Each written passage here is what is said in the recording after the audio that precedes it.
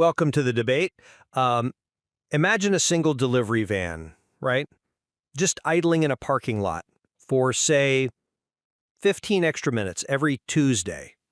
Sure, I mean, that seems completely harmless. Exactly. It's just a driver, checking their phone or maybe adjusting their route. But if you multiply that across a commercial fleet of, 500 vehicles over a single year, Yeah, suddenly you aren't just losing pocket change. right, you are hemorrhaging tens of thousands of dollars in these invisible, untracked losses. And, I think that is exactly where the illusion of control really breaks down. When a business analyzes fleet profitability, they usually they treat it like a straightforward accounting exercise. hmm They look at the big numbers. Right, the massive visible line items, the leasing contracts, the insurance premiums, the baseline fuel budgets. But the reality we are exploring today shows that profitability isn't destroyed by those massive expenses, it is drained by micro losses. Which brings us really to the core intellectual tension we are unpacking here. When we look at these silent killers of profitability, these delayed interventions, slightly excessive fuel burns, and just endless administrative frictions, I argue that we are looking at a fundamental technological deficit. Okay, a technological deficit. Yes, the central problem is that without a global real-time data view, management is inherently blind. Data visibility and automated centralization are the ultimate separators between fleets that merely survive and fleets that actually perform. Well, I come at it from a different way. I counter that what we are actually looking at is a structural and operational deficit. How so? I represent the perspective that technology is really merely a vehicle. It uncovers flawed human behaviors and broken manual processes. True anticipation and cost control, they come from operational discipline and, process redesign. You cannot fix a fleet just by installing a software dashboard. Let's lay out the foundation of my position here. The fatal flaw in modern commercial fleet operations is the absence of centralized data. But is it the fatal flaw? It really is. Without a real-time view, your decisions always arrive after the problem has occurred. Think about the mechanics of managing even just, say, 50 vehicles. Right. If you lack instantaneous visibility into exact geographic locations, engine status, and real-time consumption metrics, your entire management style is forced into a purely reactive state. Basically, you're managing the past. Exactly. You are reviewing last month's fuel bills to figure out why you went over budget. You are reacting to yesterday's breakdown. The difference between a high-performing fleet and a costly one is no longer the physical size of the fleet. It is data. Without the data infrastructure, any operational effort is just guesswork. Technological adoption is the fundamental mechanism required to stop this financial bleed. See, when you actually look at the specific examples of these hidden costs in the material, a distinct pattern emerges. And frankly, it is not primarily technological. What is it then? We are talking about bad driving behaviors, fuel fraud, scattered Excel spreadsheets, and lost compliance documents. These are human problems. They represent deep organizational dysfunction. I'm not sure I agree it's just human. Well, think about it. A sophisticated digital tool that sends you an automated alert about fuel consumption is entirely useless if the underlying operational process remains broken. Wait, are you saying the technology is completely useless here? Not useless, but, it's just a mirror. Software is a mirror reflecting your disorganization back at you. Okay. If you don't have a structural process for how you, say, confront an employee about fuel fraud or how you enforce discipline, that automated alert changes absolutely nothing. The heavy lifting of behavioral and process alignment is what actually stops the losses, not the software itself. That's an interesting point, though I would definitely frame it differently. Let's dig into the specific nature of these micro losses to see where the real leverage lies. Sure. Let's take fuel overconsumption, which is one of the most dangerous hidden costs. The mechanics of this are insidious. We talked about the idling van earlier, but how do you actually stop it without technology? Well, you enforce strict behavioral guidelines. You train your drivers. But how do you know who to train? You simply cannot discipline a driver for, say, excessive idling or taking unoptimized off-book routes if you have no empirical proof that the behavior occurred. I mean, you can monitor fuel spend. But that's after the fact. Think about how telematics actually pulls data from the vehicle. It's not just a dot on a map anymore. A modern system connects directly to the engine's control module. Right, the OBD port. Exactly. It knows exactly when the engine is running, what gear it's in, and whether the wheels are actually moving. The visibility provided by that system isn't just a mirror, it's the foundational requirement for action. How can you enforce operational discipline if you can't even see the operation? Because tracking real-time data is like using a thermometer. A thermometer? Yeah, it tells you the patient has a fever, but it doesn't cure the underlying infection. Let's look closely at the mechanics of fuel fraud, for example. We aren't just talking about a driver getting lost. Right. We are talking about an employee deliberately skimming fuel or misusing a company fuel card for their personal vehicle. Which is exactly what API integrations catch. Yes. Let's explain how that works, actually.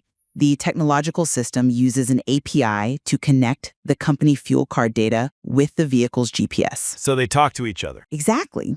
The system flags an anomaly because, well, the fuel card was swiped at a gas station on 5th Street, but the truck's GPS shows it is parked 30 miles away. The software has done its job beautifully. It has taken the temperature. But does that stop the microloss? It isolates the exact source of the leak. But it doesn't stop it. The microloss is only stopped by a manager who must now, log in, investigate the flag, call the driver into an office, confront them with the discrepancy, and actually enforce a disciplinary standard. Well, yes, management still has to manage. Right, but if the company culture lacks accountability, or if managers are just too overwhelmed to check their dashboards, that alert will literally just sit in an inbox while the fraud continues day after day. The data surfaces the issue, but the root cause of the ongoing loss is a behavioral and disciplinary failure. I see why you think that, but let me give you a different perspective. Let's look at a concrete operational scenario from the material. Take an enterprise managing a 50-vehicle fleet. Okay.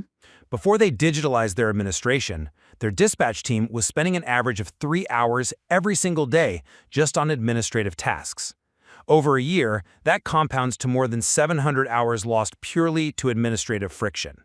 Wow, that is a staggering amount of time. It's not just time. 700 hours isn't just a metric on a spreadsheet.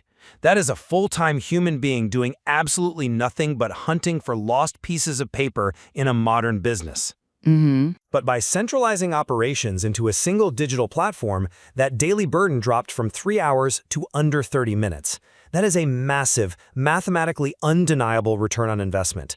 And it was achieved precisely by replacing flawed, manual human effort with automated software. I'm sorry, but I just don't buy that. Really?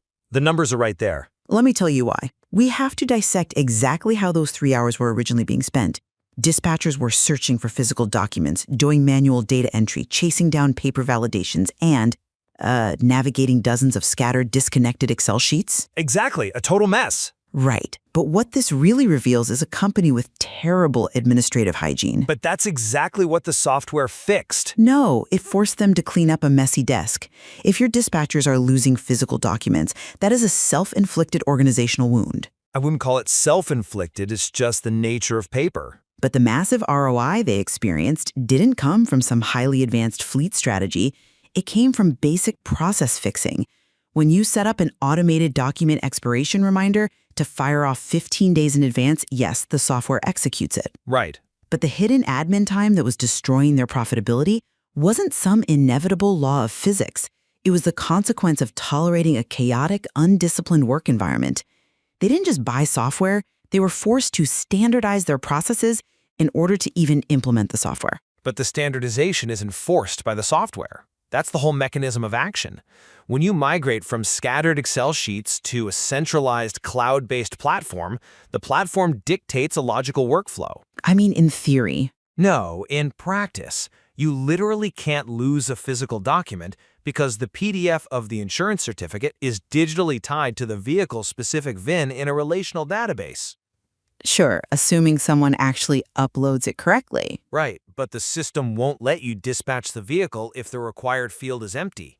It essentially builds them a desk where making a mess is structurally impossible. It forces compliance. Yes, you don't need to fix human fallibility, if you can bypass it entirely through automation. And the real magic here isn't just saving 700 hours of administrative work, it's what you do with that recovered time. Okay, let's follow that thread. Where does that time go? It shifts the entire paradigm from reactive scrambling to proactive control. If a dispatcher gets 2.5 hours back every day, they aren't shuffling papers anymore, they transition to anticipatory management. Anticipatory management. Exactly. And this brings us to the most damaging hidden costs of all vehicle downtime and unanticipated maintenance. Well, this is where the rubber meets the road, because downtime is where fleets bleed the most cash. Exactly. Waiting for a breakdown always costs exponentially more than preventing one. The ultimate goal is moving from corrective maintenance, waiting for an alternator to snap and a truck to end up stranded on the side of the highway, to predictive maintenance, based on real usage analysis. Which, again, relies heavily on the tech. Completely. Think about what predictive maintenance entails mechanically. We aren't just tracking mileage anymore.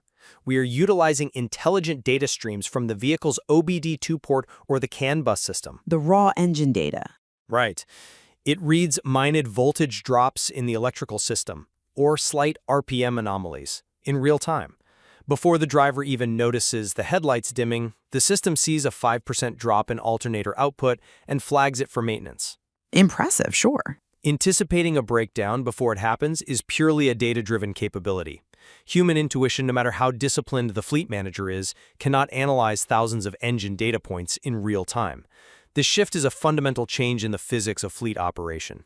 That's a compelling argument. But have you considered how the true cost of downtime is actually defined operationally? A stationary vehicle doesn't just cost the price of the mechanical repair. No, of course not. The true costs are delays, disorganization, lost missions, and lost productivity. Which is why you want to prevent the breakdown in the first place. The alert itself doesn't fix the truck. No, the manager does. Exactly. A human manager must receive that information and execute a highly complex physical operation.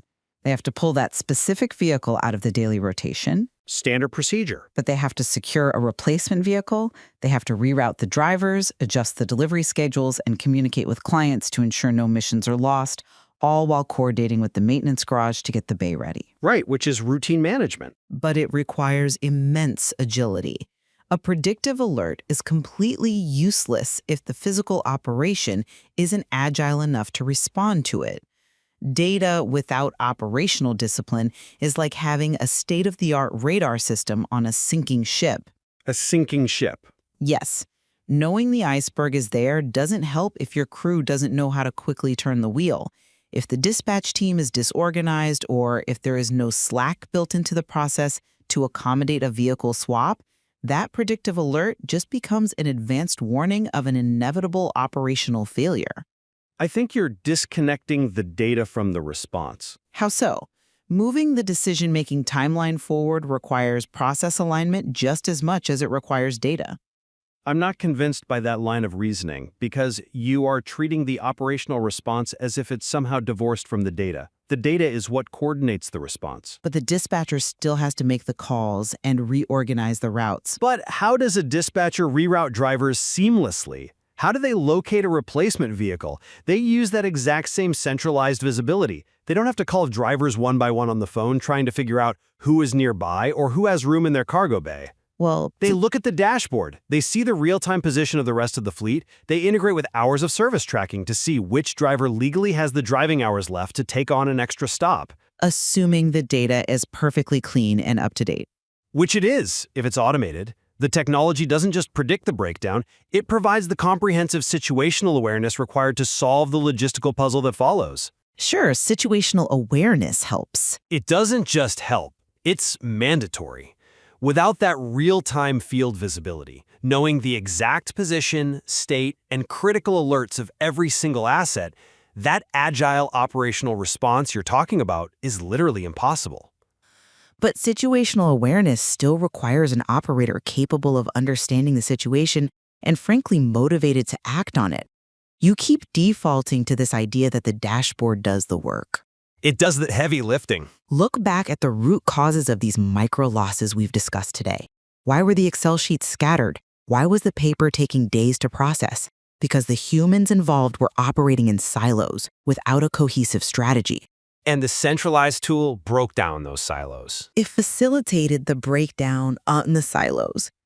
But if you overlay a sophisticated real-time tracking system onto a company culture that accepts delays and actively avoids accountability, you don't magically get a highly performant fleet. What do you get? You just get a highly documented, underperforming fleet. A highly documented underperforming fleet. That's clever. I'll give you that. But I think it undersells the transformative nature of the tools. I don't think it does. The true difference between a performant fleet and a costly one is the capacity to anticipate. But anticipation is a cognitive and organizational state. Meaning? It means having the supply chain for spare parts organized before the predictive alert fires. It means having a disciplinary matrix for fuel fraud established before the API integration catches a driver skimming fuel. Yes, the data is a trigger, but a trigger is useless if the organization hasn't built a functional mechanism to respond to it. Well, it seems we are examining the exact same machine, but focusing on entirely different gears. That's a fair way to put it. To summarize my position in light of our discussion today, the reality of the industry proves that the traditional approach to fleet management is dangerously incomplete.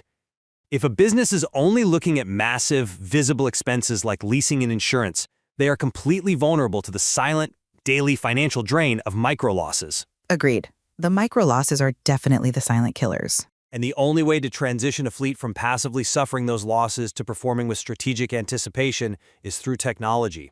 Securing real-time visibility, centralizing fragmented administration into a single database, and shifting to data-driven predictive maintenance via vehicle sensors are non-negotiable steps. Human beings simply cannot process the sheer volume of variables required to run a modern fleet efficiently without software acting as the central nervous system. And, to summarize my stance, I agree that those daily inefficiencies, the excessive idling, the administrative drag, the unexpected downtime, they absolutely destroy profitability. But I look at this landscape as a mirror reflecting deep operational disorganization. The messy desk. Exactly. The scattered manual spreadsheets, the rampant fuel fraud, the bad driving behaviors, these are intrinsically human problems. Solving them requires a structural process redesign and behavioral accountability. Right. Anticipating issues requires an organization that is disciplined enough to actually act on the alerts it receives. Technology can certainly uncover the hidden costs, but only operational excellence can stop them. I think we have reached a very strong point of convergence here, regardless of whether you view the software or the human as the primary driver. One thing is abundantly clear. A modern business simply cannot survive by managing fleets the old way. No, absolutely not. Waiting for a physical breakdown to occur, or waiting for an accountant to discover fuel anomalies at the end of the month is a dead business strategy. Exactly. Whether you view data as the ultimate cure or just a starting line for operational reform, sticking to the status quo of reactive management is a guaranteed path to financial hemorrhage. So for everyone listening, the challenge really lies in uncovering the invisible costs within your own operations. Are you looking at a clean X-ray of your major expenses while completely missing the murky, hidden micro-losses slowly draining your profitability? Finding out where technology and operational discipline intersect in your own workflows might just be the most profitable investigation you undertake.